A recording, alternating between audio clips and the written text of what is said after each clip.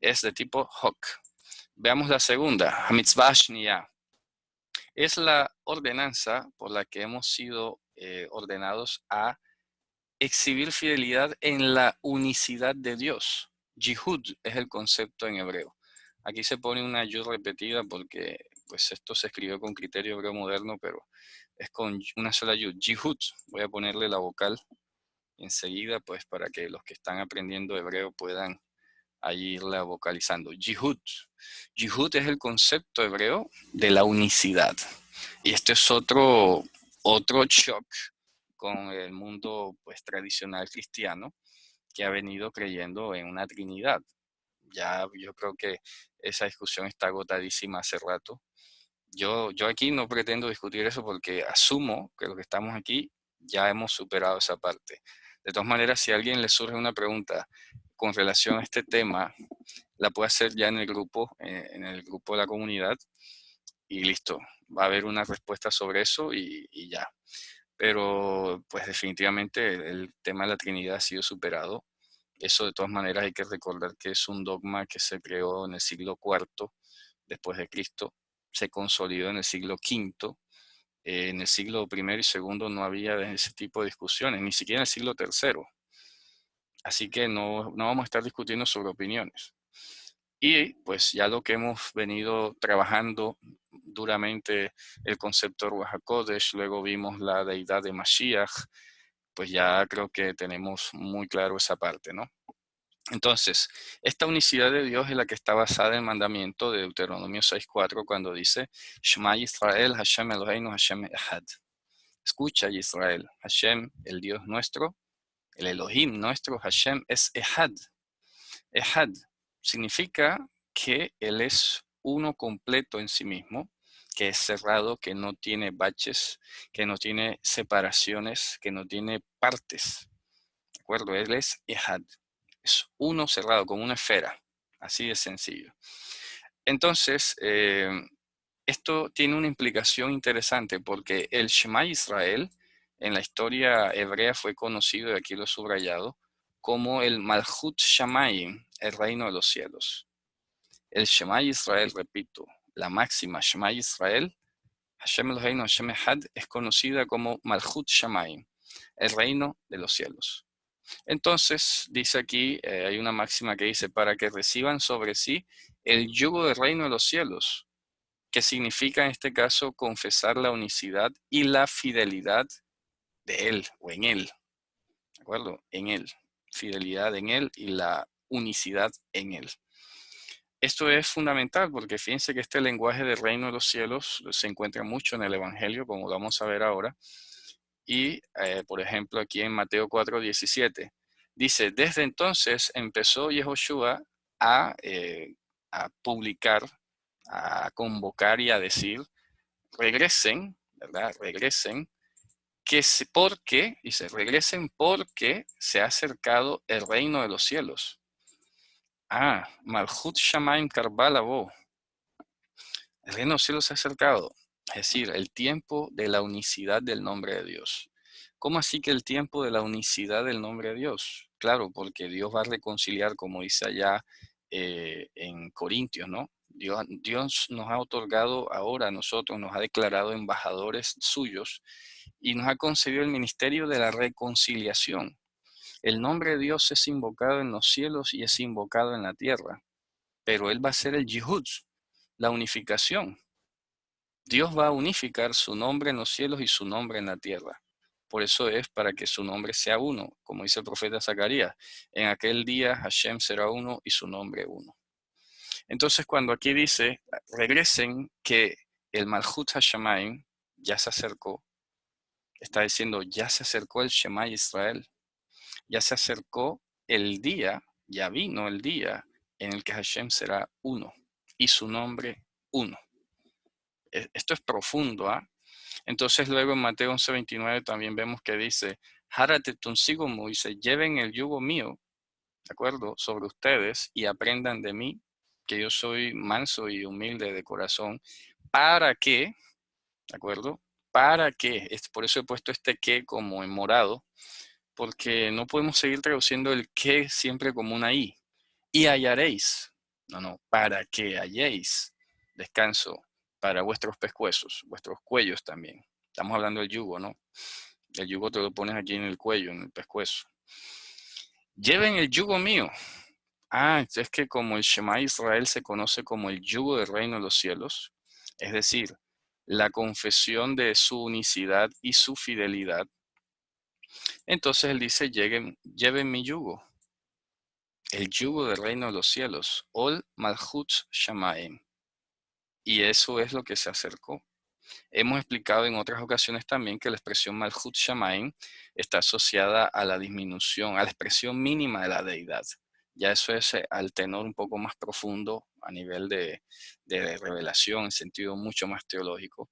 Aquí estoy trayéndolo en un plano más o menos intermedio. Pero ya también hemos explicado antes que Malchut es la palabra que significa expresión disminuida de algo, ¿no? En contraste con el Keter, que es la corona. Y bien, hasta ahí. Entonces, estamos viendo que él está apelando, está diciendo, lleven mi yugo. Es decir, de ahora en adelante, lo que en pocas palabras está diciendo es que cuando confieses el Shema Israel, lo hagas con conciencia de Mashiach. Con conciencia. Podríamos decir fácilmente, Shema Israel, Yehoshua Eloheinu, Yehoshua Ehad. Así de simple, porque Hashem es Ehad.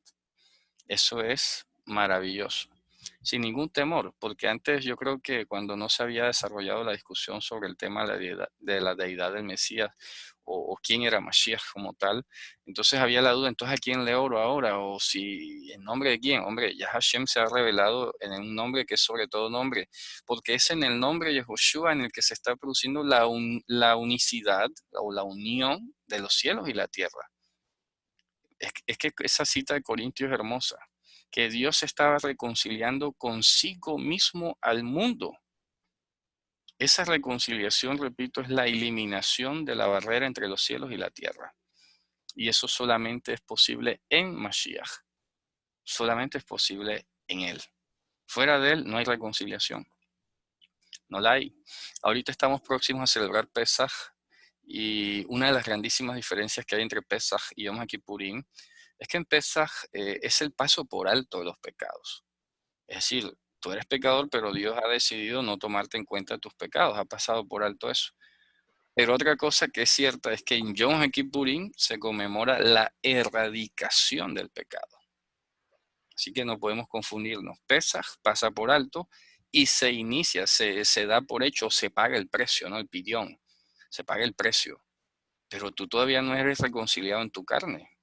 Esta carne necesita ser transformada y reconciliada, porque todavía estamos separados de Él.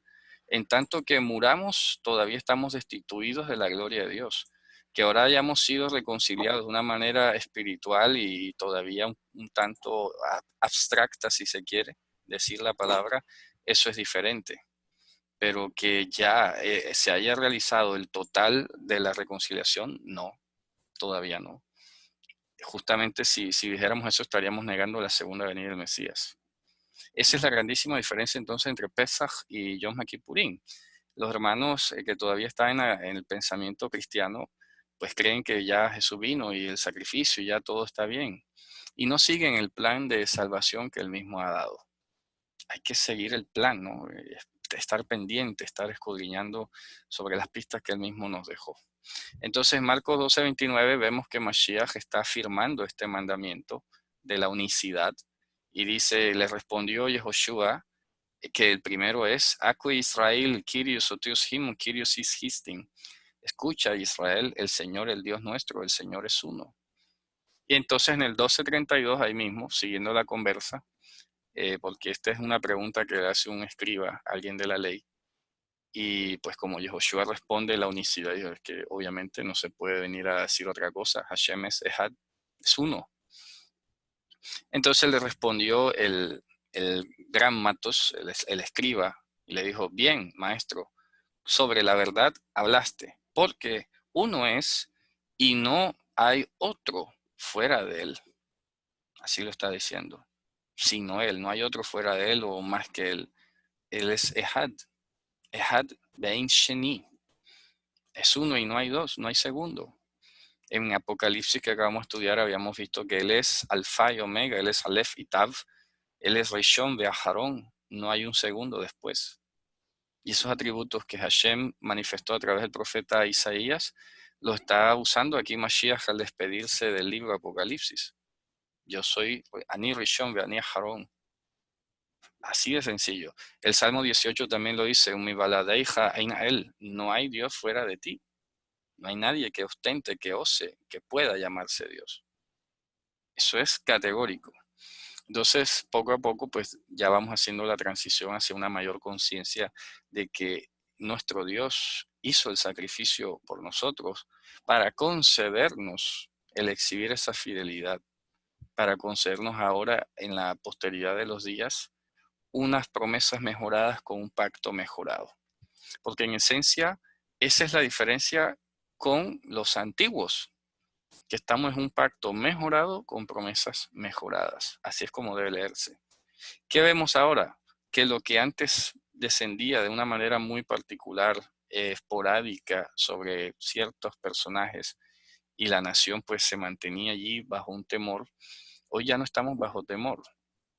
Hoy ya no estamos bajo el sistema de culpa y castigo, sino bajo el sistema regenerativo de la conciencia. Llegó el momento en el que Hashem, de acuerdo a su programación soberana, inescrutable, dijo fin de los sacrificios, ahora viene la regeneración de la conciencia. Tendríamos muchas preguntas que hacerles a Hashem sobre por qué lo hizo así, por qué desde un principio no derramó Ruach HaKodesh, o más bien, por qué era necesario que él fuese sacrificado para que viniese Ruach HaKodesh. ¿De acuerdo? Eso es profundo.